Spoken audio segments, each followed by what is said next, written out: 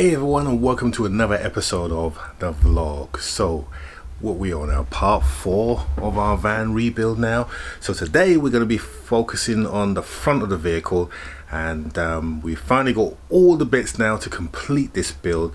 So let's not waste any time, let's get on and get the front of this vehicle built.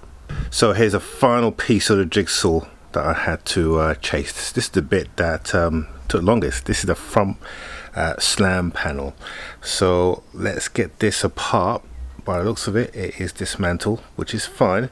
As long as it's not broken, we can start fitting this to the front of the vehicle.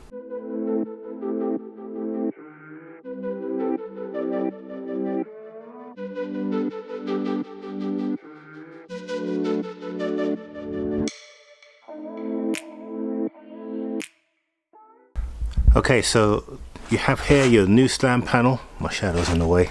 Let's get down lower. There you go. So there's your new slam panel, all assembled, ready to go. There's the old one. So you can see why we needed to replace it. You've got that center bar missing, and also the bottom panel also missing as well. And there was no repair in the world that was going to fix that. So that's the reason why we had to get a new one. But there are some little bump rubbers that we're going to have to take off this one and fit onto that one, and that's the reason why you always keep your old parts. Remember, if that's the last thing you take away from this video, keep your old parts so you can get them off and put them onto your new bits. Right, let's get this fitted.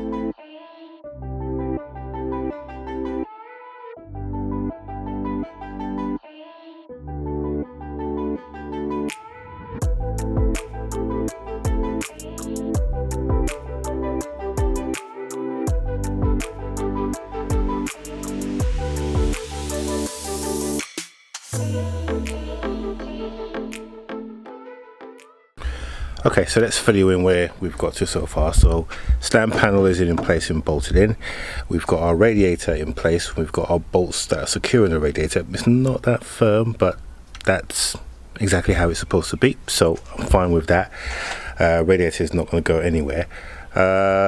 We've got our scoop in here. This is slightly damaged, but it's superficial. That could be repaired with some duct tape. You'll never see it because it's going to be below the bumper, so I'm not going to fuss about that. We've got this outer shield in here that needs to go on. I need to figure out how that goes on, and then once I get that on there, we then got to run the cable that you can see here. This is the cable for the bonnet pull that goes on the inside here. Then we can start getting the headlights in. So we are making some good progress. I like to get to a point where I get the bumper on, and once I get the bumper on, then I'll be happy with that, because I think we can then see where the pins go. There are some bolts here, not sure what they are, but I've got some bolts inside the van that were left by the body shop when they obviously stripped the car, so I'm assuming that that goes in there. But we'll get the bumper and we'll offer it up, and then we'll see how that looks.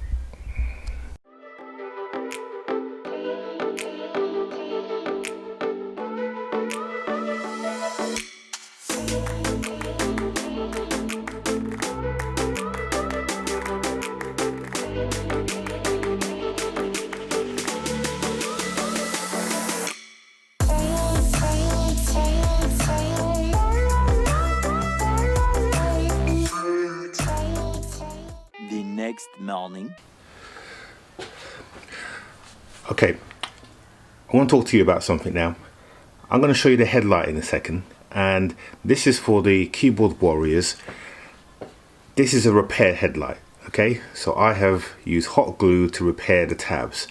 I've done that because it's the most cost-effective way to repair this for damage that is quite light. Alright, so the tabs have been slightly damaged, one of them was torn off, so I've used hot glue as a first attempt. If that doesn't work, then I'm going to replace it, okay? Because this is my van. If I was selling it, then I would buy a new headlight because I would want it to be right. But because it's mine, I'm using hot glue as the most cost-effective first attempt to fix it. If that doesn't work, we'll go down the replacement tab kit, because manufacturers of vehicles, whether it be cars or vans, they all have repair tab kits that you can use to repair the tabs, because headlights are expensive. These headlights for this van, if I was to buy them brand new, would cost me over £275 plus VAT. Okay, I can get second-hand ones for a lot cheaper, I know. But you tend to find that the second-hand ones also come with damaged tabs, whereas I can buy a tab kit for around £30 odd. Now, why I haven't bought one for this is because they are currently out of stock and there is a backlog of several weeks before they can get one in. Or at least that's what they're telling me. And I can't find one online. Can't find one kit on eBay either. So I've gone down this route as a make do and potentially permanent. So just for the record, so before you get on your keyboard, put in your comments, that's the reason why I've done it. Okay, let's show you the tab. Okay, so the two tabs that we have replaced, here's one of them here, and as you can see, that is pretty tough. It's a hot glue repair, and it's been gone off for the last 3 days now. This one here, the same. You can see that the tab is strong, that the whole thing is actually moving.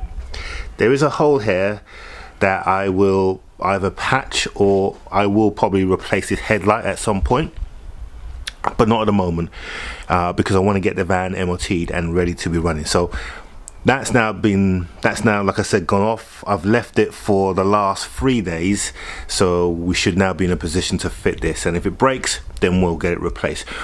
But as I was telling you, the headlamp repair kit that you get, see these holes? So these are pre-drilled by the manufacturer, and if these tabs break off, you basically cut the old one off and the new one fits over it, so that you can so you don't waste a whole headlight.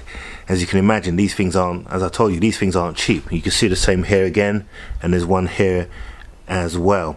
So every manufacturer does that, and the telltale sign is if you ever take a headlight off and you don't see those holes, then that manufacturer expects you to be rich and replace the whole headlight. Alright, let's get this on the car. Van. Tell you what, it is not so warm today. I'm wearing a jumper. What's happened to the sunshine? We always complain when the sun's here, and we complain when it's gone. Right, let's sort this van out.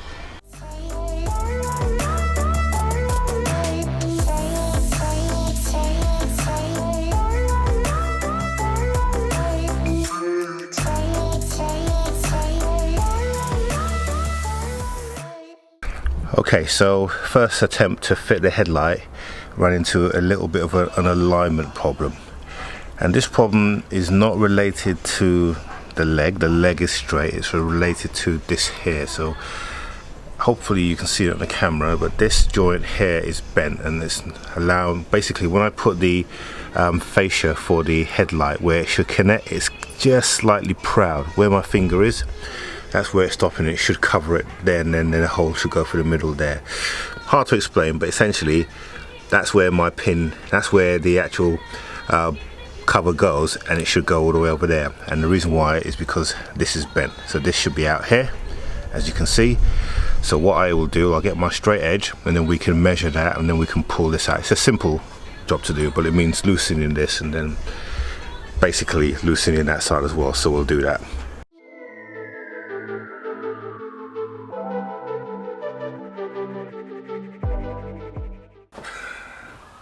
Okay, so we've had a very interesting development, scary one actually. So while I was fixing the headlight, I noticed on the floor this piece of metal here, and as you can see on screen there, where it was was right by where the alternator is. So it could be part of the alternator. So I'm gonna have to take the car van apart to investigate what that is. Now, if it is the alternator, it means that we have to replace it, because it looks like it's the actual arm that is held onto the engine block.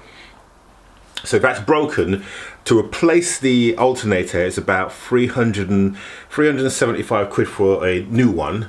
And it's a powerful alternator because this is the start-stop version of the Trafic. So the alternator gives out quite a lot of juice to keep the battery charged. Second hand, they are obviously cheaper, around 130, 140, but I'd really want to get a new one. So that's quite a dent in the budget, really.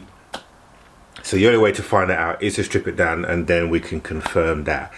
So what we'll do, we'll stop it here. Bit of a cliffhanger for next week. So the dramas of salvage vehicles, huh? So what we'll do next week, we'll obviously, I'm going to do it now, but I'll film it and then you'll see it, and then we'll see what the outcome is. And if it is, then we'll just have to replace it, because it is what it is. So I hope you've enjoyed this episode. If you do, and you're not a subscriber, why are you not a subscriber? Press that link down here, subscribe down below, become a subscriber. Also, we're going to start putting a lot more social media up on the other channels, so Facebook and Instagram. We're going to start posting pictures.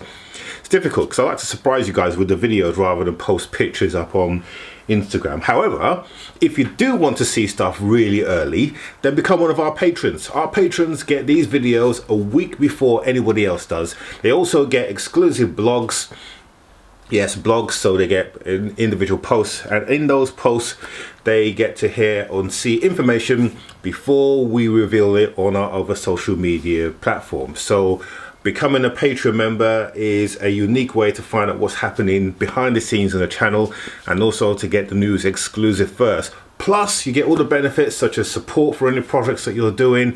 You become part of a community of other like-minded individuals who like to share and collaborate their thoughts.